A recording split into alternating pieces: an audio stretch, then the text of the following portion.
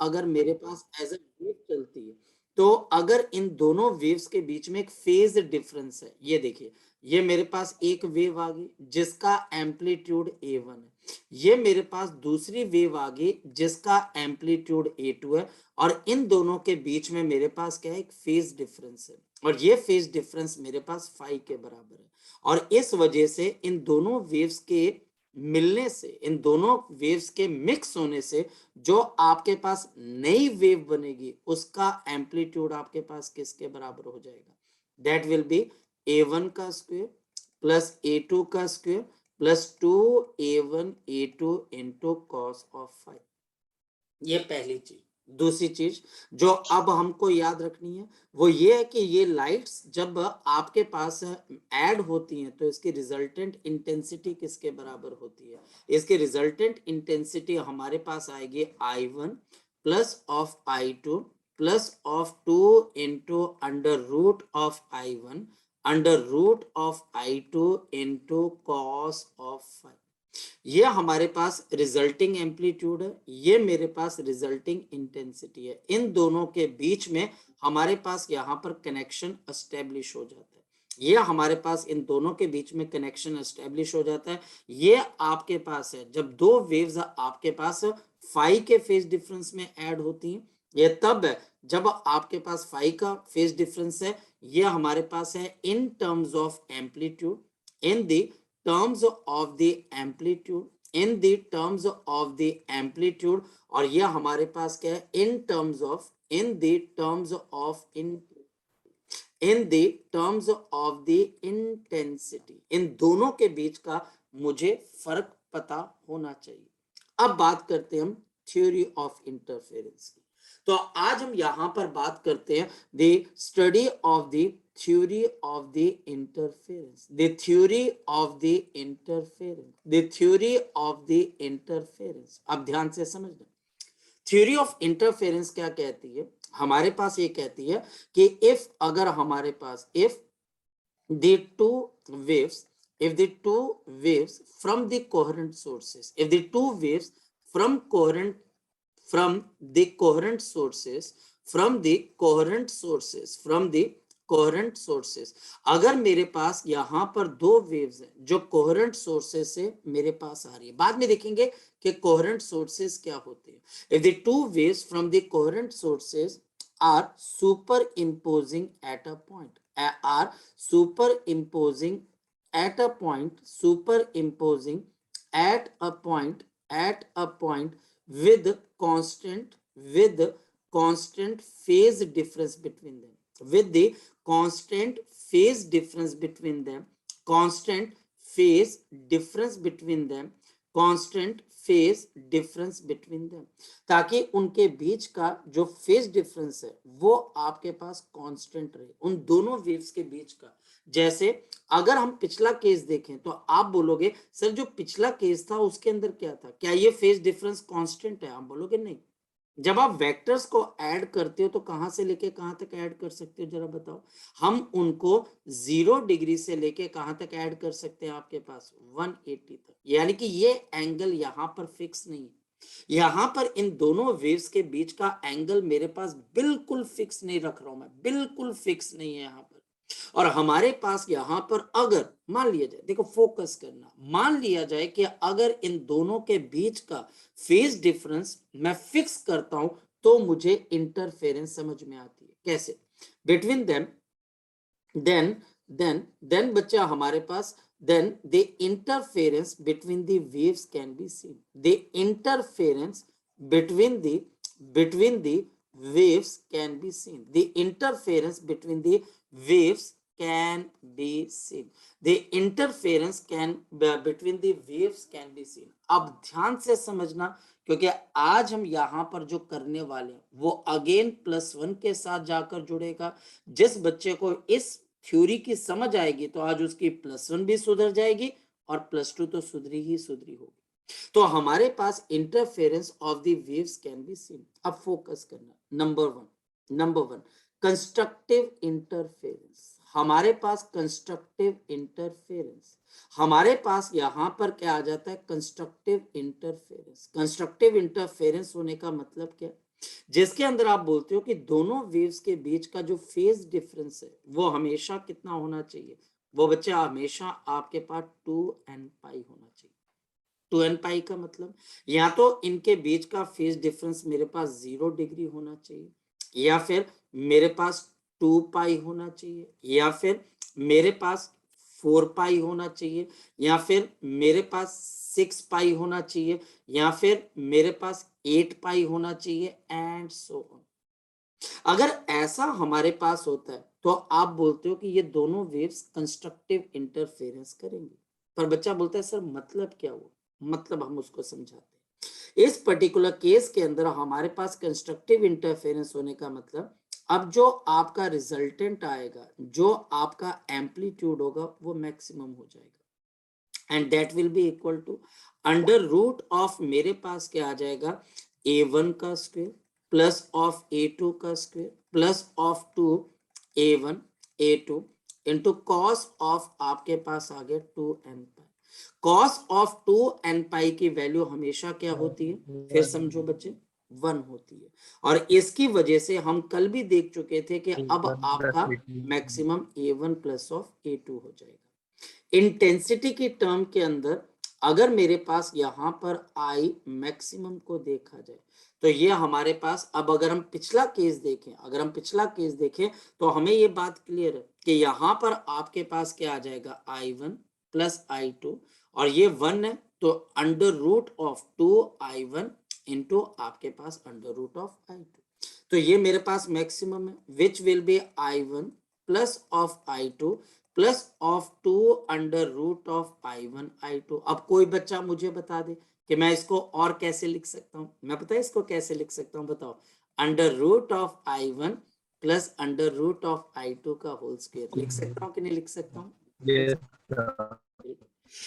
Point ये बच्चे कि अगर वेव कंस्ट्रक्टिव इंटरफेरेंस करती है, ये अब स्पेशल कंडीशंस डेवलप होने लगी। स्पेशल कंडीशन मतलब कि वेव आ रही है पर हमने फोकस सिर्फ किस पे करना है, कंस्ट्रक्टिव इंटरफेरेंस पे, या फिर मैं फोकस करता हूं डिस्ट्रक्टिव इंटरफेरेंस पे, या फिर मैं फोकस किस पे करूंगा, डिस्ट्रक्टिव इंटरफेरेंस पे। डिस्ट्रक्टिव इंटरफेरेंस पे जब दो वेव्स आपस में मिक्स होंगी तो ये हमारे पास डिस्ट्रक्टिव इंटरफेरेंस करती है। जब फाई की वैल्यू मेरे पास 2n प्लस 1 इंटू पाई के बराबर है और इस केस में एम्पलीट्यूड आपके पास मिनिमम हो जाता है। ये a1 माइनस ऑफ a2 हो जाता है या फिर इंटेंसिटी भी आपके पास मिनिमम हो जाती है और ये आपके पास इसी तरीके से क्या आ जाएगी, under root of i1 minus under root of i2 का whole square, under root of i1 और बच्चे अंडर रूट ऑफ i2 का होल स्क्वायर। ये बात आपको क्लियर होगी, ये बात आपको क्लियर होगी बच्चे? जी अभिषेक बोलो प्रोफेसर साहब। सर ये मनी हेस्ट है, चलो हाँ बोलो बोलो। बेटा तू मुझे ना मैसेज कर दे बच्चे, तेरी आवाज अटक रही है। क्वेश्चन इंपॉर्टेंट है पर तू मुझे किसी और तरीके से, चाहे बच्चे अपना मोबाइल का वो जो वॉइस स्पीकर है वो ऑन करके 1 मिनट आप मुझे फटाफट कर दीजिए, मैं तब तक आगे चलता हूँ। आपका जैसे ही आएगा मैं आपको क्लियर कर दूंगा। तो पहले तो मुझे यहाँ पर पहले लेवल के क्वेश्चन आपको इसी तरीके से आएंगे। क्वेश्चन अब देखो आपके पास क्या है, ध्यान से समझिए। क्वेश्चन है बच्चा हमारे पास, calculate the maximum intensity of the light, the maximum intensity of the light, maximum intensity of the light, maximum intensity of the light ratio to the minimum intensity of the light, minimum intensity of the light, minimum intensity of the light if individual intensities, अब point है बच्चे, if individual intensities, अगर individual intensities जो हैं वो मेरे पास किस ratio के अंदर है, if the individual intensities are in the ratio of I1 ratio i2, ये I1 रेशो I2 आपके पास किस रेशो के अंदर है? तो यहाँ पर आप लिखोगे 9:16, नहीं तो 16:9, नहीं तो बच्चा हमारे पास 16:9। तो हमारे पास यहाँ पर 16:9। तो सर आवाज आ मेरे रही है? पास, हाँ अब आवाज आ रही है, बोलो शाबाश। सब वो पूछ रहा था इंटेंसिटी मींस जो आई मैक्सिमम और आई मिनिमम से वो मींस निकाल कैसे रहे हो, जो वो फॉर्मूला हम आपने कैसे लिखा। निकाल रहे हैं, मतलब कि आप फॉर्मूला पूछ रहे हो या आप कुछ और पूछ रहे हो, ये वाली चीज मैं सर सिंपल। वो मतलब कल मतलब कल तो ऐसे नहीं कराया था ना, पूछ रहा हूँ जैसे के स्क्वायर कल कराया था ना, हाँ वो वही चीज है इंटेंसिटी ना, मैक्सिमम मतलब के। कि आपके पास ए स्क्वेयर के बराबर है, तो यहाँ पर दोनों साइड्स का स्क्वेयर कर दिया, तो ए मैक्सिमम का स्क्वेयर किसके बराबर हो जाएगा? आई मैक्सिमम के बराबर। वहीं से आ रहा है बच्चे, वो सारी चीजें ये कल की इंस्पायर्ड है। तो A1 स्क्वेयर आई बन जाएगा, A2 स्क्वेयर I2 बन जाएगा, A1 √I1, क्योंकि intensity is proportional okay to sir, okay sir, okay sir. ना, तो वो सारी चीजें हमारे पास है। तो हमारे पास क्वेश्चन क्या है? Calculate the ratio of the maximum intensity to the minimum intensity of light अगर इंडिविजुअल इंटेंसिटीज की रेशो 16:9 है। Now this is very very important, very very important question, ये वेरी वेरी इंपॉर्टेंट क्वेश्चन, और ये पूछा जाएगा, ये आपको पूछा जाएगा, और इसको पूछ के हमारे को टीचर हमारे को पहचानने की कोशिश करेगा आई मैक्सिमम। और बच्चे हमारे पास यहाँ पर इसकी रेशो निकालनी है आई मिनिमम। उल्टा भी हो सकता है, वो आई मैक्सिमम और आई मिनिमम की रेशो पहचान कर आपको I1 I2 की रेशो निकालने को बोलेगा। भैया ध्यान रखना, मेरी बात को अगर फोकस अगर अच्छे से करोगे, आपको बच्चे टॉप क्लास नंबर आएंगे, और अगर नहीं करोगे टॉप क्लास नंबर नहीं आएंगे। एक सिंपल सी बात। तो हमारे पास यहाँ पर अब देखो, इसको मैं चेंज करता हूं, अगर देखा जाए तो ये किसके बराबर है? √I1 प्लस √I2 का whole square divided by √I1 minus √I2 का होल स्क्वायर। हो गया। अब मैं जो करने वाला हूं उसको ध्यान से देखो, मैं इन दोनों में से ऊपर और नीचे में से √I2 को कॉमन निकाल रहा हूं, और कॉमन निकालूंगा तो अब ऊपर क्या बच जाएगा? √I1 प्लस प्लस 1 का होल स्क्वायर। अब नीचे क्या आ जाएगा? बोलो शाबाश। √I1 √I2 माइनस 1 का होल स्क्वायर। जिस दिन आपने ये फॉर्मूला पढ़ लिया, समझ लिया, आपने इस पे क्वेश्चन कर लिया, भाई साहब मैं कहता हूं आपका हाथ नहीं पकड़ सकता कोई वेव ऑप्टिक्स पे। और ये बात की मैं गारंटी देता हूँ बेटा, गारंटी, जो चीज मैं आपको करवा रहा हूँ गारंटी दे रहा हूँ भैया, यहीं से ऐसा ही क्वेश्चन आएगा आपके पास। और हमारे पास I maximum to I minimum. अब बताओ कि क्वेश्चन क्या रह गया? तो बच्चों वाला क्वेश्चन रह गया, √16 प्लस ऑफ 9 का whole square divided by √16/9 minus 1 का होल स्क्वायर। हो गया। अब बताओ कि ऊपर कितना आ जाएगा? 4/3 प्लस 1 का होल स्क्वायर और 4/3 माइनस 1 का होल स्क्वायर। जल्दी बता दो कितना आ जाएगा आपके पास?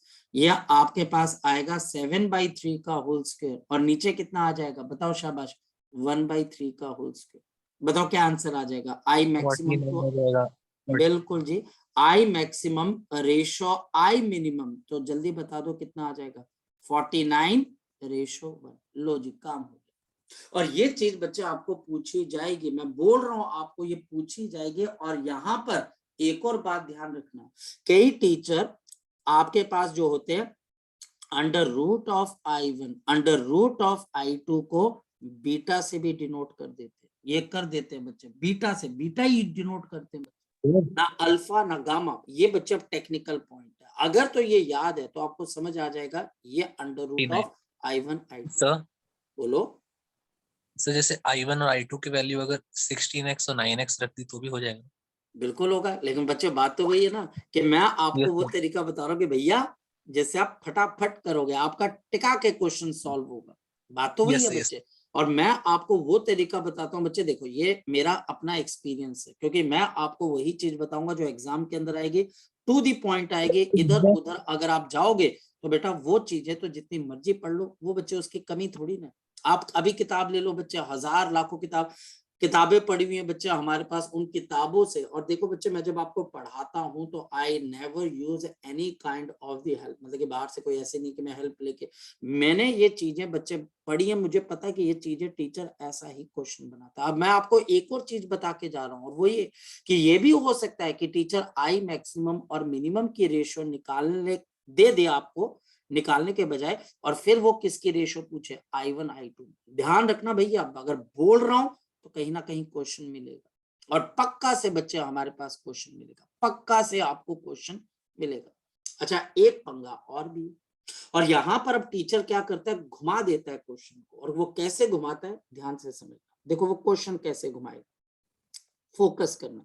अब टीचर मुझे क्या बोलेगा, ध्यान से समझना। If the amplitude of the two waves, if the amplitude of the two waves, अगर जो एम्पलीट्यूड है बच्चे of the two waves, if the amplitude of the two waves are in the ratio, are in the ratio, ये बच्चा हमारे पास ratio में, are in the ratio of, आपके पास आ जाता है 4:9, दे दिया ऐसे किसी को 4:9। और मुझे यहां पर बताना है कैलकुलेट, अब कैलकुलेट करनी है बच्चे हमारे पास दी आई मैक्सिमम और रेशो आई मिनिमम। अब ये देखो आपके पास पंगा, अब उसने जानबूझ के आपको एम्पलीट्यूड दे दिया, अब आपको उससे आई मैक्सिमम और मिनिमम निकालना, थोड़ा दिमाग लगाते हैं।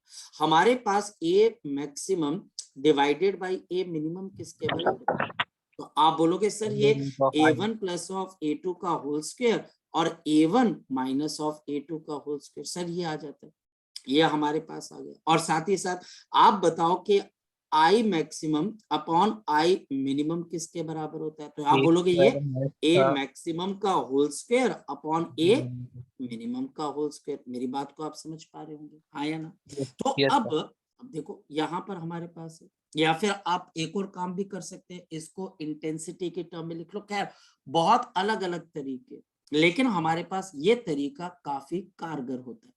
और यहाँ पर अगर हम इसकी वैल्यू डाल दें तो हमारे पास क्या आ जाएगा, a1 plus of a2 divided by a1 minus of a2, और इसकी पावर आप क्या कर दें बच्चे 4, इसके पावर बच्चे अगर आप 4 कर तो आपका काम हो जाएगा। लेकिन अभी भी बड़ा पंगा पड़ा हुआ है, बताओ किस बात का पंगा पड़ा हुआ है, आपके पास पंगा यहाँ पर पड़ा हुआ है कि आपको रेशियो गिवन है, a1 और a2 गिवन नहीं।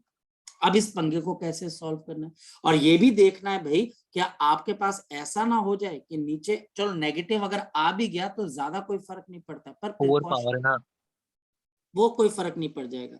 तो आई मैक्सिमम तो आई मिनिमम, तो अब बताओ बच्चे ये हमारे पास क्या आएगा, a1 by a2 plus of 1, और बच्चा हमारे पास divided by a1 by a2 minus 1, और इसकी पावर आपके पास क्या आ जाएगी 4 आ जाएगी, और इसकी पावर हमारे पास क्या आ जाएगी 4 आ जाएगी।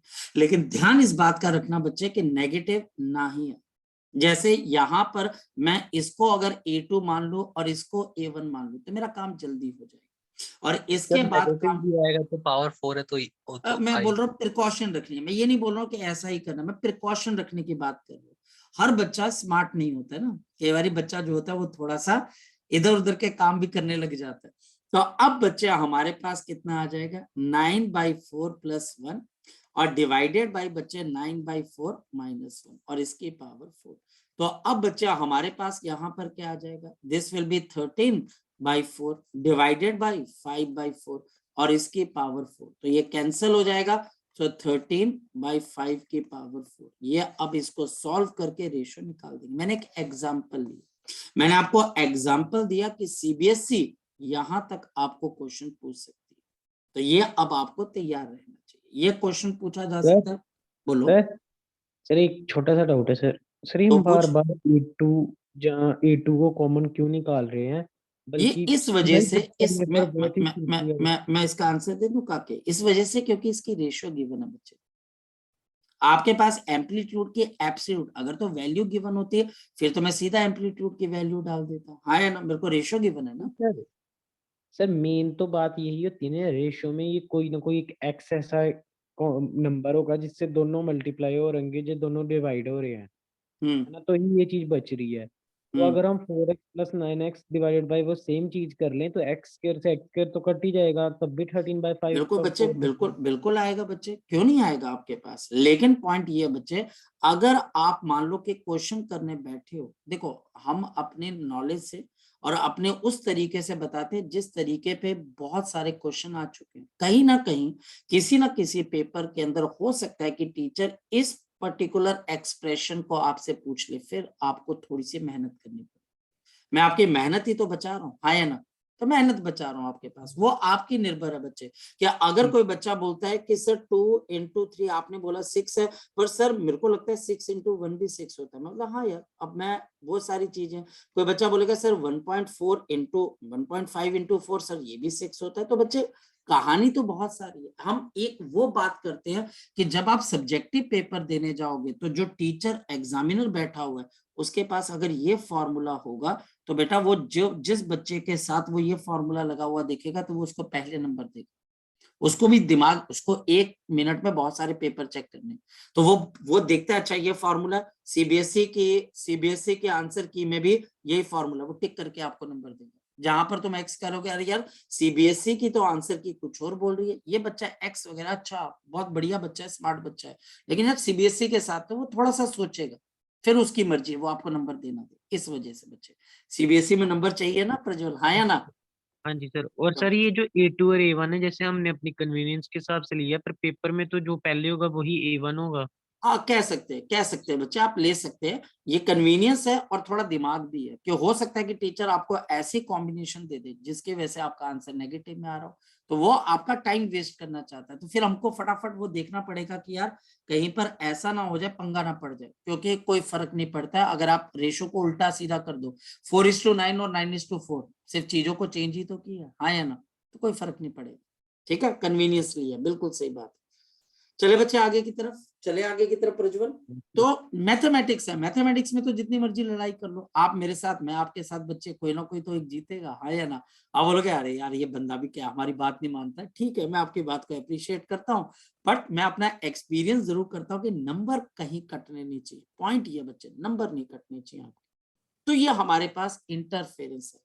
पॉइंट हमारे पास यहाँ पर इंटरफेरेंस का यही निकल कर आता है कि अगर मुझे यहाँ पर दो वेव्स की इंटरफेरेंस देखनी है, तो मुझे यहाँ पर एक चीज दिमाग रखनी पड़ेगी, दोनों वेव्स के बीच में फेज डिफरेंस होना चाहिए, और वो फेज डिफरेंस या तो 2 पाई का मल्टीपल होना चाहिए या फिर बच्चे 2n+1 पाई का मल्टीपल होना चाहिए। अब बात करते हैं बच्चे हम एक कॉन्सेप्ट की। ये कॉन्सेप्ट भी अगेन मेरे पास +1 से ओरिजिनेट हो जाता है, और ये बच्चे अब मेरे पास आ जाता है again the phase difference and the path difference, the phase difference and the path difference, the phase difference and the path difference, this is the lost concept। ये कॉन्सेप्ट ऐसा होता है जो बच्चे के दिमाग से निकल चुका होता है, वो जब +1 से +2 की तरफ को आता है, खत्म हो चुका होता है, और जब ये यहाँ पर क्वेश्चन करने बैठता है या फिर वो समझने की कोशिश करता है तो वो उसको समझ में कम आता है। वो बोलते हैं फिर लास्ट में जो टीचर पढ़ा रहे होते बोलते हैं रट्टा मार ले यार, कोई फर्क नहीं पड़ता। बच्चे को भी लगता है यार ये टीचर कह रहा है तो हम रट्टा ही मार लेते हैं, क्योंकि आजकल बच्चे जो पढ़ाई है वो व्यवहारिक ज्यादा होगी। व्यवहारिक का मतलब बच्चे कि अगर ये टीचर हमें डांटे ना तो ये अच्छा टीचर है, ये टीचर हमको रटने के लिए बोले ये अच्छा टीचर। व्यवहारिक हो गया ना ज्ञान आजकल। आजकल व्यवहारिक का मतलब जिस टीचर का व्यवहार आपसे अच्छा है वो अच्छा टीचर है। व्यवहार मतलब कि व्यवहार का मतलब आपके पास क्या हो गया कि टीचर डांटता नहीं है, ये टीचर हमारी सारी बातें मानता है तो अच्छा टीचर है। अगर ये पढ़ाता अच्छा है लेकिन व्यवहार अच्छा नहीं है, बुरा टीचर। तो व्यवहारिक हो गया आजकल का। तो वो जो व्यवहारिक चीज है उसकी वजह से बच्चा क्यों, क्योंकि आजकल हर घर में एक एक दो दो बच्चे ही हैं, और उनको हर जगह से, और दूसरे के घर में भी एक एक दो दो बच्चे, तो उनको जो व्यवहार घर पे मिल रहा है, प्रेफरेंस वाला मिल रहा है, प्यार वाला मिल रहा है, तो उनको लगता है कि घर पे ऐसा व्यवहार है तो पूरी दुनिया को भी ऐसे व्यवहार करना चाहिए।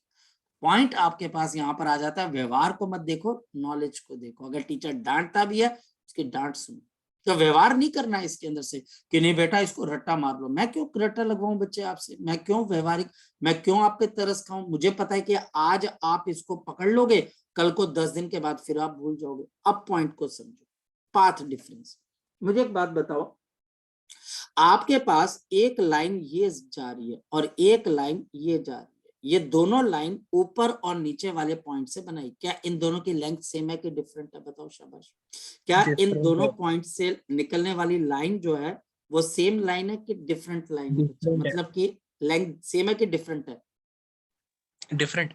अच्छा, यानी कि आप बोल रहे हो ए बी और बी सी की लेंथ डिफरेंट है। अब मैं यहां से परपेंडिकुलर ड्रॉ करता हूं, अब बताओ क्या अब ए बी और बी डी की लेंथ सेम है कि डिफरेंट है? इक्वल है।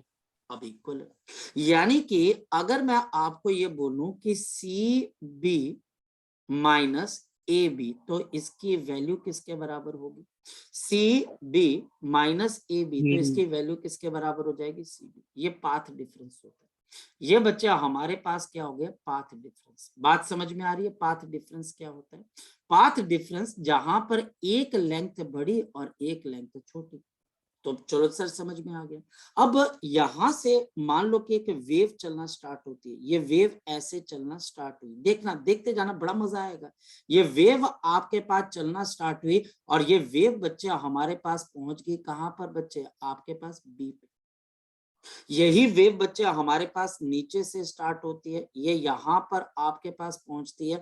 ये वेव बच्चे हमारे पास यहाँ पर पहुंचती है और ये वेव आपके पास चलते चलते चलते चलते यहाँ पर पहुंच गई। अगर आप ध्यान से देखो, अगर आप ध्यान से देखो, ध्यान से, ऊपर वाली वेव का इस बी पॉइंट पर क्या आ रहा है? क्रस्ट आ रहा है, हाँ या ना? और नीचे वाली वेव का क्या आ रहा है बच्चे? बताओ रफ आ शाबाश। रहा है। तो ये तो डिस्ट्रक्टिव इंटरफेरेंस करेगी। पर ऐसा क्यों हुआ? इसकी वजह बच्चे हमारे पास ये पाथ डिफरेंस डेल्टा एक्स है, ये फसाद की जड़ है। ये हमारे पास पाथ डिफरेंस है जब एक वेव दूसरे वेव से एक पाथ डिफरेंस पे चलती है, पाथ डिफरेंस पे चलती है, तो उसकी वजह से आगे दोनों वेव्स के बीच में एक फेज का डिफरेंस क्रिएट हो जाता है और वो फेज डिफरेंस की वजह से हमें इंटरफेरेंस नजर आती है। कैसे? यही तो हम सीखते आए हैं। यही तो आज मेरा पहला पॉइंट था कि अगर मेरे पास यहाँ पर दो वेव्स हैं तो दोनों वेव्स के बीच में आपको कंस्ट्रक्टिव या डिस्ट्रक्टिव इंटरफेरेंस नजर आती है जब फेज डिफरेंस या तो 2n पाई का हो या फिर फेज डिफरेंस कितने का हो? 2n+1 इंटू पाई का हो। मेरी बात को आप समझ पा रहे सर हो? फेज अगर डिफरेंस एंगल हो गया ना। एग्जैक्टली क्योंकि बच्चे अब इसको एंगल की टर्म में हम देखते हैं कि ये एंगल है, क्योंकि बच्चे वेव क्या है? वेव साइन है, कॉस है, तो साइन और कॉस की वैल्यू किसकी टर्म में आप देखते हो? एंगल की टर्म में। और यहां पर तो आपको बता दिया गया या तो वेव 0 डिग्री, 2 पाई, 4 पाई, 6 पाई। इसका मतलब है कंस्ट्रक्टिव इंटरफेरेंस तब होगी जब दोनों वेव्स का क्रस्ट के ऊपर क्रस्ट आए। क्या आएगा बच्चे? क्रस्ट के ऊपर क्रस्ट आएगा या फिर ट्रफ के ऊपर ट्रफ आएगा, तो ये कंस्ट्रक्टिव इंटरफेरेंस। और अगर तो इनके बीच में ये एंगल होगा, या तो आप इसको बोल दोगे 0 डिग्री या 360 degree, 4 pi, 6 pi, 8 pi and so on. और डिस्ट्रक्टिव का मतलब जब एक वेव का क्रस्ट आएगा और दूसरे वेव का क्या आ जाएगा? ट्रफ आ जाएगा। ये पहली वेव है, ये दूसरी वेव है। इनके बीच में देखो एक का एम्पलीट्यूड ऊपर है, दूसरे का नीचे है, तो इन दोनों के एम्पलीट्यूड्स के बीच में कितने का एंगल बन रहा है? शाबाश बताओ। 180 का। तो ये तो बच्चे एक दूसरे को सब्ट्रैक्ट करना चाहती है, तो ये डिस्ट्रक्टिव है। तो कहने का मतलब ये फेज डिफरेंस क्रिएट कैसे हो रहा है? तो हम बोल रहे हैं कि पाथ डिफरेंस की वजह से। तो पाथ डिफरेंस में अब ऐसा क्या हो रहा है कि जिसकी वजह से आपके पास यहाँ पर क्या क्रिएट हो रहा है? हमारे पास यहाँ पर फेज डिफरेंस। जरा अब ध्यान से नेक्स्ट पॉइंट को सर देखो। पाथ डिफरेंस नहीं होगा तो मतलब सेम ही। सेम आएगी फिर बच्चे, डेफिनेटली है कि कंस्ट्रक्टिव इंटरफेरेंस ही होगी। फिर तो बच्चे एक का क्रस्ट उसी पॉइंट पर, नीचे का वाले का भी उसका भी क्रस्ट आएगा, हाँ या ना? फिर तो बच्चे सेम है। अगर पाथ डिफरेंस नहीं है तो दोनों वेव्स सेम टाइम पर सेम जगह पे एक जैसे चल रही है, तो जहां पर ये उसका समझ क्रस्ट आया आएगा। कि ये कैसे हम मैनेज कर लेंगे या डिसाइड कर लेंगे कि दोनों का लास्ट में क्रस्ट ही बचता हो अगर उनका फेस डिफरेंस अभी में। अभी अभी हम बता देंगे ना, अभी बता देंगे, अभी बता देते हैं, हाँ या ना? वेट करनी पड़ेगी ना, तभी तो मैंने पेपर ऊपर किया। ये अब आपके पास एक बहुत बड़ा यक्ष प्रश्न बन जाता है कि भैया ये होगा कैसे? एग्जैक्टली मैं यही बताने वाला था। हमारे पास होगा कैसे प्रज्वल? मेरे पास ये वेव चलती है, अब ये साइन का ग्राफ बनता है। अब आपको ही पता है ये साइन का ग्राफ है, ये बच्चे हमारे पास यहाँ पर साइन का ग्राफ है, ये हमारे पास यहाँ पर साइन का ग्राफ है। अब बताओ ये एंगल कितना होता है बच्चे, बता 0 डिग्री। ये तेरे पास कितना होता है बच्चे, बता शाबाश 90 डिग्री। ये कितना होता है 180 डिग्री। फिर बच्चे हमारे पास कितना होता है 270 डिग्री, और लास्ट में मेरे पास कितना आ जाता है 360 डिग्री। अब ध्यान से समझना, फोकस करना, इसको आप क्या बोलते हो, वन वेव बोलते हो, हाँ या ना? एक वेव होती है ये, दिस इज वन वेव, यानी एक क्रस्ट और एक ट्रफ, कंप्लीट वेव, यस और नो, यस और नो, यस। यस। अब ध्यान से समझना, मान लिया जाए नो फेज डिफरेंस, कोई फेज डिफरेंस नहीं, कोई पाथ डिफरेंस नहीं, I am sorry not phase difference, simplicity के लिए हम पैरेलल लाइन बनाते हैं पर पैरेलल होती नहीं है, तो हमारे पास यहां पर कोई पाथ डिफरेंस नहीं है, यानी कि delta X is equal to 0, ऊपर वाले का क्रस्ट नीचे वाले का क्रस्ट, ऊपर वाले का ट्रफ नीचे वाले का ट्रफ, ऊपर वाले का क्रस्ट इसका भी क्रस्ट। मतलब यहां पर ये वेव कुछ इस तरीके से ट्रेवल कर रही है कि हमारे पास हमेशा जैसे जैसे ऊपर वाले का क्रस्ट आता है नीचे वाले का भी क्रस्ट, ऊपर वाले का ट्रफ नीचे वाले का भी ट्रफ। देखो ना, ये दोनों वेव्स अलग अलग है, पर ये दोनों वेव का क्रस्ट भी एक ही जगह पे बन रहा है, आपके पास ट्रफ भी एक जगह पे बन रहा है, कोई पाथ डिफरेंस नहीं, कोई पाथ डिफरेंस नहीं है। तो ऐसी वेव क्या करेगी बच्चे, शाबाश बताओ, ऐसी वेव क्या करेगी, शाबाश बताओ, क्या करेगी, कंस्ट्रक्टिव। Constructive interference. ठीक है, समझ में आती है सर बात। अब चलते हैं आगे। मान लिया जाए, लेकिन अब ध्यान से समझते जाना, अब अगर आपको ये पॉइंट समझ में आ गया बच्चे, काम खत्म, खल्लास, चैप्टर खत्म, इसके बाद वाली चीज कटक कटक कटक करके निकलती जाएंगी। मैं हमेशा आपसे एक ही बात करूंगा और वो बात आपको दिमाग में हिट करनी चाहिए। मेरे पास यहां पर अब आपके पास आ गई ये ऊपर वाली वेव, और ये काके मेरे पास नीचे वाली वेव। अब बताओ क्या ये दोनों वेव सेम डिस्टेंस ट्रेवल कर रही हैं कि अलग अलग, अनइक्वल। अब यहां से ये ऊपर वाली वेव चल रही है, चलो जी ऐसे चली, ये वेव ऐसे चली, ये वेव ऐसे चली, ये वेव ऐसे चली, ये वेव ऐसे चली, और ये वेव यहां पहुंच गई सपोज। अब ये मेरे पास क्या क्रिएट हो गया, ये क्या क्रिएट हो गया, ये मेरे पास क्या क्रिएट हो पाथ गया। डिफरेंस। अब सारे पंगे की जड़ यही है, फसाद की जड़ यही है, क्योंकि इससे फेज डिफरेंस क्रिएट होगा, और इससे फेज डिफरेंस क्रिएट हो जाता है, जो कि अगर आपके पास जो भी आता है, आपके पास 2n पाई का आता है तो बच्चे हमारे पास कंस्ट्रक्टिव, अगर ऑड मल्टीपल ऑफ पाई आता है तो डिस्ट्रक्टिव इंटरफेरेंस। देखते हैं मेरे पास यहाँ पर, अब आप बताओ इसको आप क्या बोलोगे, एक कंप्लीट वेव बन गई बच्चे, हाँ या ना, this is complete wave, yes खत्म सर। बात। इसके बाद बच्चे हमारे पास ये आपके पास क्या है, अब बताओ इस पाथ डिफरेंस में एक कंप्लीट वेव आ रही है कि इनकम्प्लीट वेव आ रही है, बताओ शाबाश। इनकम्प्लीट। अब पाथ लेंथ इसके बाद सेम है, तो नीचे वाली वेव का यहां से क्या स्टार्ट हुआ बच्चे, ट्रफ स्टार्ट हुआ, ऊपर वाले का क्या था यहाँ पर क्रस्ट, तो इसका ट्रफ, फिर बच्चे इसका ट्रफ आया तो नीचे वाले का ये आ गया, मेरी बात को आप समझ पा रहे होंगे, फिर इसका क्रस्ट आया तो इसका ट्रफ आया, और करते करते जब ये वेव पहुंचेगी लास्ट में तो इसका क्रस्ट आएगा तो नीचे वाली का क्या आएगा, ट्रफ आएगा। तो बताओ ये कौन सी इंटरफेरेंस करेगी, शाबाश बताओ। Destructive interference. प्रज्वल कुछ बात समझ में आ रही है, ये पाथ डिफरेंस ये हम तय करेंगे, ये नेचर तय करती है कि जब वेव्स हमारे पास ट्रेवल करती हैं बच्चे तो वहां पर इंटरफेरेंस कैसे डिस्ट्रक्टिव होगा, वो डिपेंड करेगा। और वेव्स बच्चे हमारे पास क्या एक ही जगह पे जाती है कि मल्टीपल जगहों पर जाती है, वो तो फैल जाती है, तो जगह जगह पे वो देखती है, एक वेव देखती है कि दूसरी वेव जो मेरे पास आ रही है उसका और मेरा पाथ डिफरेंस क्या, फेज डिफरेंस क्या, और उस पाथ डिफरेंस क्या फेज डिफरेंस से तय होता है कि कंस्ट्रक्टिव होगी या डिस्ट्रक्टिव होगी। कैसे, आगे चलते हैं। ये देखिए बच्चे हमारे पास यहाँ पर अब मेरे पास एक और केस आ गया, अब आपको दिख रहा होगा ऊपर वाली वेव 1 है और नीचे वाली वेव 2 है। अब यहाँ पर मेरे पास ये एक वेव लेंथ आ गई, और ये बच्चे अब आपके पास यहाँ पर दूसरी वेव लेंथ आ गई। अब बताओ इस पाथ डिफरेंस में कंप्लीट वेवलेंथ है या इनकम्प्लीट वेवलेंथ है, बताओ शाबाश। कंप्लीट है।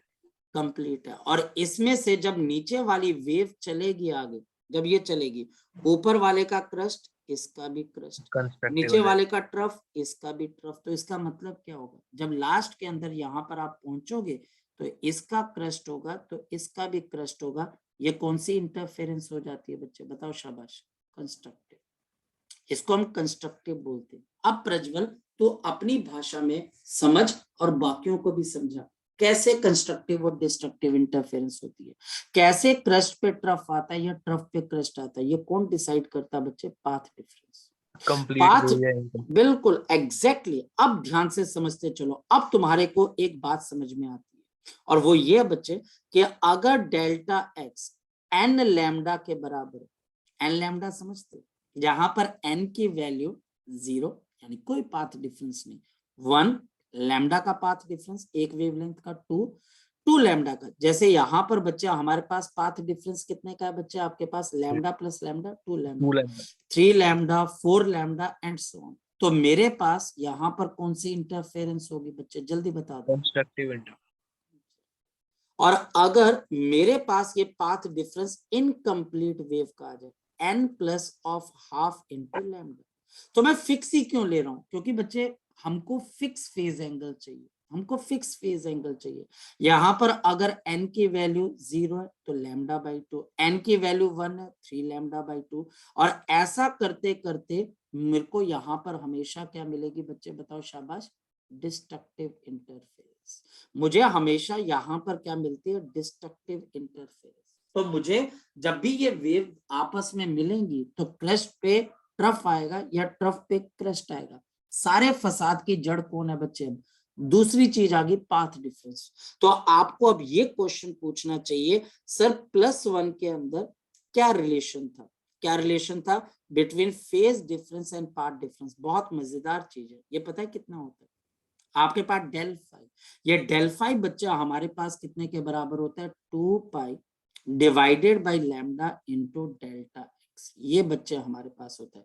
ये अब +1 का कॉन्सेप्ट है, इसका +2 से कोई लेना देना नहीं, इसका +2 से कोई लेना देना नहीं। कोई बच्चा बोले सर ये +2 में इसको डिराइव करके बताओ, मैं नहीं करवा सकता क्योंकि ये +1 का है, तभी मैंने साइड में लिख दिया।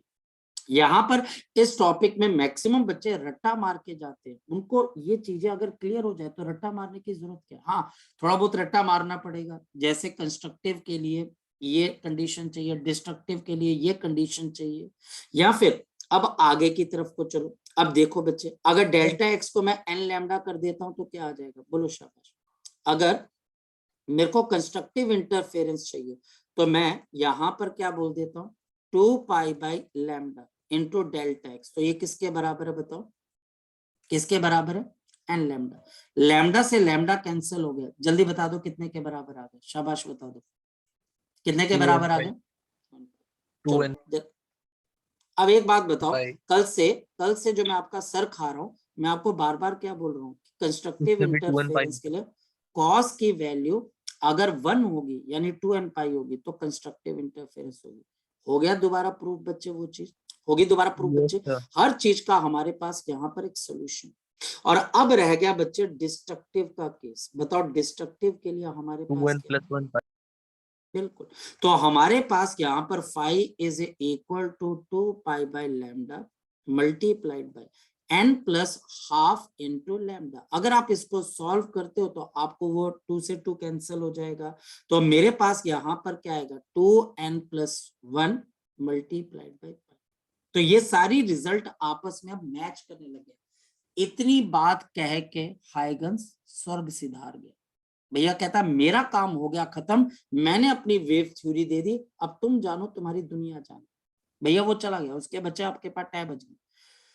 तो अब बच्चा हमारे पास यहाँ पर अब क्या किया जाए, उसकी तो आत्मा का परमात्मा से मिलन हो गया, वो तो बता के चला गया थ्योरी कि अगर ऐसा होगा तो डिस्ट्रक्टिव होगी, ऐसा होगा तो कंस्ट्रक्टिव होगी। अब करे क्या इसका करे क्या, बच्चा बोलता है चलो सर समझ में आ गया, चलो सर ये भी बात पता लग गई। अब इसके ऊपर हम बच्चों को पहले थोड़े थोड़े बच्चों वाले क्वेश्चन करवा देते हैं। हम बच्चे को ये बोल देते हैं अच्छा जी बताओ आपके पास अगर पाथ डिफरेंस लैम्डा बाई 2 है देन बता दो कि फेज डिफरेंस क्या होगा। तो फिर बच्चा निकाल देता, बच्चा बोल देता है सर देखो 2 pi by lambda multiplied by आपके पास डेल्टा एक्स, तो sir 2 pi by lambda multiplied by lambda by 2। तो लैम्डा से लैम्डा कैंसल, तो मेरे पास पाई आ जाएगा। मतलब कि ऐसा आपके पास है। या उल्टा टीचर पूछ लेगा, वो अगर बोल देता है कि कहीं पर मेरे पास यहाँ पर 3π/2 का फेज डिफरेंस है, तो मुझे बता दो पाथ डिफरेंस कितने के बराबर है। तो हम यहाँ पर बोल देते हैं कि हमारे पास आ जाएगा 3π/2, मैं वैल्यू डाल देता हूं, और 2π/λ मल्टीप्लाइड बाय डेल्टा एक्स। तो ये आपके पास पाई से पाई कैंसल, तो पाथ डिफरेंस कितने के बराबर आ जाएगा, तो delta X is equal to मेरे पास 3λ/4। चलो ये बातें हमको समझ में आ गई। यहाँ टीचर पाथ डिफरेंस पूछ के अब आपको कंस्ट्रक्टिव या डिस्ट्रक्टिव इंटरफेरेंस के मैक्सिमम एम्पलीट्यूड के लिए पूछा जाएगा। तो ऊपर यानी वाले कि के लिए डिस्ट्रक्टिव वो होगा ना?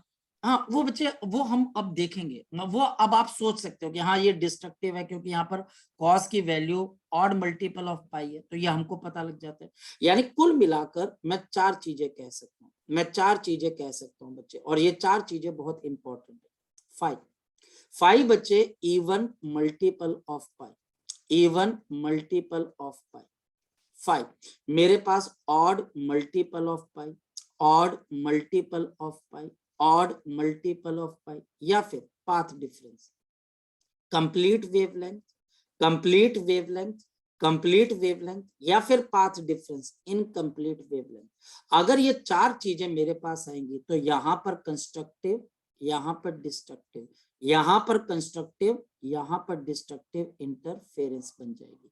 तो ये हमारे पास कंस्ट्रक्टिव डिस्ट्रक्टिव क्या बन जाएगी, इंटरफेरेंस बन जाएगी। अगर ये मेरे पास यहाँ पर इंटरफेरेंस कंस्ट्रक्टिव डिस्ट्रक्टिव बन जाएगी तो हम यहाँ पर क्वेश्चन को सॉल्व कर पाएंगे। अब बात करते हैं नेक्स्ट वन, और बहुत इंपॉर्टेंट बात करते हैं बच्चे, और वो हमारे पास यहाँ पर क्या चीज आ जाती है, टीचर अब हमारे पास फॉर्मूले को मॉडिफाई कर देगा। अब मेरे पास बताओ ए का फॉर्मूला क्या था, ए का फॉर्मूला था आपके पास a1 का स्क्वायर प्लस ऑफ a2 का स्क्वायर प्लस ऑफ मेरे पास 2 into a1 a2 into cos of 5। अब 5 की जगह बताओ मैं क्या लिख सकता हूँ, शाबाश बता दो, 2π/λ into delta x. Hope so तुम मेरी बात को समझ पा रहे हो। और यहां पर मेरे पास इंटेंसिटी का फॉर्मूला भी क्या आ जाएगा, I1 plus of I2 plus of 2 under root of I1 under root of I2 multiplied by आपके पास कॉस ऑफ मेरे पास कितना आ जाएगा, 2π/λ इंटू डेल्टा एक्स। इतनी थ्योरी देने के बाद हाइगन्स जो थे वो मर गए, उन्होंने कोई एक्सपेरिमेंट नहीं किया। तभी तो हम हाइगन एक्सपेरिमेंट कोई नहीं बोलते, हम सिर्फ हाइगन थ्योरी बोलते। अब इस चीज को प्रूव भी करना था, पर प्रूव करने का मतलब क्या होगा, इसको प्रूव करने का मतलब क्या होगा, इसको प्रूव करने का मतलब ये है कि अगर मेरे पास 2 लाइट वेव्स हैं, ध्यान से समझना, मेरे को तुम अब बताओगे, अगर मेरे पास यहाँ पर 2 लाइट वेव्स हैं और ये दोनों लाइट वेव्स बच्चा हमारे पास यहाँ पर मीट करती हैं, कहीं से मीट कर जाती हैं, और मान लिया जाए इन दोनों लाइट वेव्स के बीच का जो पाथ डिफरेंस है, वो पाथ डिफरेंस हमारे पास इसमें कंप्लीट वेवलेंथ आ रही है, तो लाइट प्लस लाइट आपको क्या देगी, it will give you light. Clear, light मिलेगी, ज्यादा लाइट मिल जाएगी, दोनों के मुकाबले ज्यादा लाइट मिलेगी क्योंकि कंप्लीट वेवलेंथ। लेकिन मुझे एक बात बताओ, अगर यहाँ पर डेल्टा एक्स मेरे पास इनकम्प्लीट वेवलेंथ है तो बताओ फिर क्या हो जाएगा। अगर इनकम्प्लीट वेवलेंथ है तो फिर आपको इस सिचुएशन में क्या मिलेगा, क्या आपको लाइट प्लस लाइट मिलेगी, लाइट प्लस लाइट मिलेगी कि light plus light is equal to क्या मिलेगा बच्चे आपके पास, डार्कनेस मिलेगी। ये पॉइंट है जिसके ऊपर अब हम जाकर पहुंचे हैं, यानी कि अब तक तो हम +1 ही कर रहे थे, ये वो पॉइंट है जो +2 के ऊपर हमको यहाँ पर पहले दिमाग बैठाता है कि भैया इंटरफेरेंस में करना क्या है, हमको ये देखना है कि क्या लाइट प्लस लाइट कहीं पे डार्कनेस प्रोड्यूस कर सकती है, कहीं पर प्रोड्यूस हो सकती है। अगर ये कहीं पर प्रोड्यूस हो जाती है तो लाइट वेव है, और अगर ये नहीं प्रोड्यूस होती है, हमेशा light plus light is equal to light होती है, कभी भी डार्कनेस नहीं प्रोड्यूस करती है, तो इसका मतलब ये हमारे पास वेव नहीं है। और अगर प्रोड्यूस कर देती है light plus light is equal to darkness किसी कंडीशन में, तो इसका मतलब ये वेव। अब किसी बच्चे का कोई क्वेश्चन है तो मैं उसको ले सकता हूं, क्योंकि अब हम आगे चलेंगे। यहां पर एक पॉइंट और खत्म होता है। यहां पर अब मैं अपने माइंड के अंदर, मोटी बुद्धि के अंदर ये बात बिठा के चलूंगा, मुझे लाइट प्लस लाइट क्या चाहिए, मुझे लाइट प्लस लाइट क्या चाहिए, डार्कनेस चाहिए। यहां पर साइंटिस्टों के दिमाग में एक बात बैठ गई, अगर लाइट प्लस लाइट कहीं पर डार्कनेस मेरे को दिखाई दे जाती है तो मतलब क्या है, ये वेव है, और अगर नहीं तो हाइगन्स की थ्योरी बेकार है, फाड़ के फेंक दो इसको, इसको उठा के फेंक दो। तो यहां तक किसी बच्चे ने कोई पूछना है तो वो पूछ सकते, बोलो। सर एक डाउट है सर, हम्म हम पता कैसे कर रहे हैं कि शुरू कहाँ से हो रहा है, क्रस्ट से या ट्रफ से? इसके लिए आपको देखना ही नहीं ना, आप तो सिंपल ऑब्जर्व करोगे ना बच्चे। आपको अगर कहीं पर light plus light is equal to darkness है, ये मैटर ही नहीं करता है कि आप वहां पर, अब मेरे सामने लाइट आ रही है, मेरे को क्या पता वहां से क्रस्ट आ रही है या ट्रफ आ रही है, मेरे तो नहीं लाइट आ सर, रही है। मैं वो नहीं कह रहा सर। सर जैसे हमने पीछे किया ना कि हाफ वेव, फुल वेव, हम्म समझे ना सर? हाँ, तो सर मैं पूछ रहा हूँ कि हम डिसाइड कैसे कर रहे हैं कि पहले क्रस्ट बन रहा है या ट्रफ? क्योंकि अगर तो पहले ट्रफ बन गया तो हाफ वेव में भी वो लाइट दे देगी। सही बात बोल रहे हो, सही बात बोल रहे हो। यहां पर आपके क्वेश्चन का आंसर मिल जाएगा, ये आपके क्वेश्चन का आंसर है। इसका आंसर बच्चे ये है कि जो भी आप यहाँ पर वेव लेते हो वो कोहेरेंट सोर्सेस से लेते हो। हमारा नेक्स्ट टॉपिक वही है कि यहाँ पर आप अगर इस इंटरफेरेंस को देखना डार्क चाहते हो तो बच्चा आपको कोई ऐसा थोड़ी ना कि मैं 2 बल्ब लेके आया और स्टार्ट कर दिया, आप तो मेरे से लड़ पड़ोगे। सेम वेवलेंथ होती है। आप तो बच्चे कल कल परसों बच्चे अपने झाड़ू डंडे वगैरह बच्चे बर्छे बुर्छे लेके आ जाओगे, तुम तो बच्चे तलवार भाले लेके आ जाओगे, बोलोगे सर कहाँ पे ढूंढ निकालो। अरे सर हम अपने लाइट जलाए थे, हम अपने कमरे में हम 2 लाइट जलाए, लेकिन भैया कहीं पे डार्कनेस तो आई नहीं।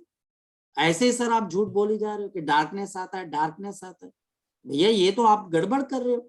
तो ऐसा थोड़ी ना कि डार्कनेस आता है। तो एक बात बताओ बच्चे, कभी आप मॉर्निंग टाइम के अंदर, मतलब कि मॉर्निंग टाइम के अंदर जब आप किसी साफ आसमान को देखते हो, मतलब नीला आसमान, साफ आसमान को देखते हो, तो आपको आपको आपको अपनी आंखों पे ब्लैक कलर के थ्रेड्स उड़ते हुए नजर आते हैं कभी, कि काले काला कोई उड़ रहा है आपकी आंखों के अंदर, black blackish? Yes yes sir, sir yes sir. वो बच्चे इंटरफेरेंस पैटर्न ही तो है, वो आपकी आंखों में जाकर इंटरफेरेंस पैटर्न बन रहा है, क्या क्या क्या जहां सर, पर बच्चे उनका। हाँ बोलो। से बताना क्या एक्सपेरिमेंट है? एक्सपेरिमेंट नहीं है, ये ऑब्जर्वेशन है, लेकिन इसके लिए बाहर जाना पड़ता है, ठीक है। और आपकी बॉडी के अंदर रेड ब्लड सेल्स का नंबर भी ज्यादा होना चाहिए, दोनों चीजें। और अगर आप साफ आसमान की तरफ देखते हो कई बार तो आपको आंखों में काले रंग के थ्रेड्स उड़ते हुए नजर आते हैं, देखा कभी? काले रंग के तो नहीं पता सर। अब बच्चे, अब अभिषेक प्रोफेसर साहब आपने देखे हैं कभी? Yes sir, yes sir. अब वो प्रोफेसर साहब ने देखे प्रज्वल, अब आप, आपका नाम में ज्योति भी है, प्रज्वल भी हो बच्चे, आप प्रज्वल ज्योति हो। तो भैया लाइट की ही हम बात कर रहे हैं। तो ऐसा नजर आता है बच्चा, आपको नजर आता है कुछ फ्लोट कर रहा है आपकी आंखों में, फ्लोट करता हो, ब्लैक सा फ्लोट कर रहा होता है, आपको कभी धागे से नजर आया फ्लोट होते हुए? सर ब्लैक तो बिल्कुल नहीं है कोई और कलर के आए तो हो? किस रंग सर। मैं वही तो बोल रहा हूँ, हाँ बोल बोल। ट्रांसपेरेंट से होते हैं, पर वो सर एक स्पेशल कंडीशन होती है आंख की, उसको आई फ्लोटर्स कहते हैं। हाँ आइस फ्लोटर्स होते हैं, पर वो बनते कैसे? की वजह से होते हैं ना सर, क्या बच्चे? वो व्हाइट ब्लड सेल्स की वजह से होते हैं, उनका नाम आई फ्लोटर्स होता है, और वो स्पेशल बिल्कुल होता कंडीशन। है, बिल्कुल होता है बच्चे हमारे पास। लेकिन पॉइंट ये है बच्चे, उनकी आप उनको जो देख पा रहे हो ब्लैक कलर का ही क्यों देख पा रहे हो? पॉइंट तो ये है ना बच्चे, उसने आपके आंखों में एक डार्क सी चीज बना दी, वो कैसे बनाई? ये आपके वेव नेचर ऑफ लाइट की वजह से आपको नजर आता है। ये कई बारी सही भी कह रहे हो आप, कई बारी ये ब्लैक भी नहीं होते एग्जैक्ट, थोड़ा सा ट्रांसपेरेंट टाइप हो जाते हैं, कई बारी हो थोड़ा सा जाते ऐसा लगता है जैसे हैं। डीएनए के मॉलिक्यूल्स हैं, हाँ ऐसे गोले बिल्कुल, गोले गोले गोले गोले बिल्कुल बीच में गोले से। गोले बन जाते हैं। ये आपके पास क्या बच्चे, वेव नेचर है। जैसे कई बार होता है ना कि हम रात को उठते हैं ऐसे ऐसे करते हैं, तो हमको बल्ब के आसपास बच्चे रिंग्स से बनती हुई नजर आती हैं, रिंग्स से बनती हुई नजर आती हैं ऐसे, अगर हम बल्ब को देखते हैं रिंग्स से नजर आती हैं। आपको ऐसा लगता है कि फिर आप आंख को साफ करते हो, फिर बल्ब बिल्कुल सही नजर आता है आपके पास। कभी देखा, कभी ऑब्जर्व किया आपने? कभी यस सर। ऑब्जर्व करना। तो ये भी बच्चे हमारे पास क्या बन जाती है, आपके पास कंडीशन बन जाती है, वेव और नेचर है सर बच्चे। कभी सर बड़े थके और बहुत तगड़ी वाली अंगड़ाई ले लो तो सर ऐसे ब्लैक एंड व्हाइट टीवी जैसे स्प्रिंकल से नजर आते हैं हाँ ब्लैक रंग वो के। सारा वेव नेचर है। तो पॉइंट बच्चा हमारे पास ये है कि तुम तो लड़ोगे मुझसे कि सर ये वेव नेचर तो होती ही नहीं है, सर हम कभी देखे नहीं कि लाइट प्लस लाइट डार्कनेस है। तो इसके लिए कंडीशन हमारे पास क्या आ जाती है कि सबसे पहले अब आपको समझ में आना चाहिए what is the coherent and incoherent sources of light. आप ऐसा थोड़ी ना बच्चे कि आपने कोई भी दो सोर्सेज ऑफ लाइट लिए और आपको वहां पर incoherent sources of the light, incoherent sources of the light waves, और आपको इंटरफेरेंस नजर आ गया। आपके घर में जितने बल्ब इस वक्त जल रहे हैं वो सब इनकोहेरेंट सोर्सेज ऑफ लाइट है, ये सब के सब इनकोहेरेंट सोर्सेज ऑफ लाइट है, और इसकी वजह से इंटरफेरेंस पैटर्न नजर नहीं आ सकता। और हमारे पास क्या आ जाता है जिसके अंदर हम बोलते हैं इनकोहेरेंट सोर्सेज ऑफ लाइट। होता क्या है पहले तो इसको हम समझते हैं। इनकोहेरेंट, हमारे पास अगर आप लाइट बल्ब का फिलामेंट लेते हो तो इस फिलामेंट से लाइट आपके पास बाहर निकलती है। कोई बच्चा बता सकता है कि जो विजिबल लाइट होती है वो कौन से सीरीज में आती है? जो लाइट आप देखते हो वो कौन सी सीरीज में आती है? लाइमर, बाल्मर, पाशन, पीफंड, कौन से वाले में आती है बच्चे? शाबाश बताओ, बोलो। अरे भाई बोलो, मैं सुन पा रहा हूँ कि आप बोल नहीं पा रहे हो, कि आपकी भी आवाज की डिस्ट्रक्टिव इंटरफेरेंस हो रही है? हाँ, लाइट कौन सी सीरीज में आती है विजिबल? भगवान, कोई नहीं बेटा, तुम्हारे लिए पूजा पाठ करनी पड़ेगी बेटा, तुम्हें एक्स्ट्रा बल की जरूरत है, तुम्हें एक्स्ट्रा शक्ति की जरूरत है। बाल्मर के अंदर आती है। पर ये लाइट बाल्मर में कैसे आती है? जब इलेक्ट्रॉन क्या करता है बच्चे आपके पास, इलेक्ट्रॉन कौन से कौन से ऑर्बिट तक जाता है? करता है। हाँ, डी एक्साइट होता है, कहां से कहां पर? अरे बहुत बहुत बुरा हाल है। टू से आता है कि 3 से आता है कि 4 से आता है कि 1 से आता है? 2 2 से टू आता से है, बिल्कुल 2 से आता है। तो हमारे पास क्या है, इस फिलामेंट के पास कितने बच्चे आपके पास एटम्स है? आप बोलोगे लाखों करोड़ों एटम्स। हमारे पास यहाँ पर करोड़ के आसपास बच्चे एटम्स हैं, और उन एटम्स में से मुझे विजिबल लाइट आती हुई नजर आ रही है। क्यों? उन सब एटम्स के जो भी आपके इलेक्ट्रॉन्स हैं वो सेकंड ऑर्बिट से ग्राउंड स्टेट की तरफ गिर रहे हैं, तो मुझे लाइट आती हुई नजर आ रही है। और ये क्या एटम्स जो होते हैं ये इकट्ठे ऊपर जाकर नीचे जा रहे हैं कि रेंडमली कोई भी ऊपर जाकर कोई भी नीचे आ सकता है? बताओ शाबाश। तो कोई भी ऊपर जाकर कोई भी आपके पास नीचे आ सकता है।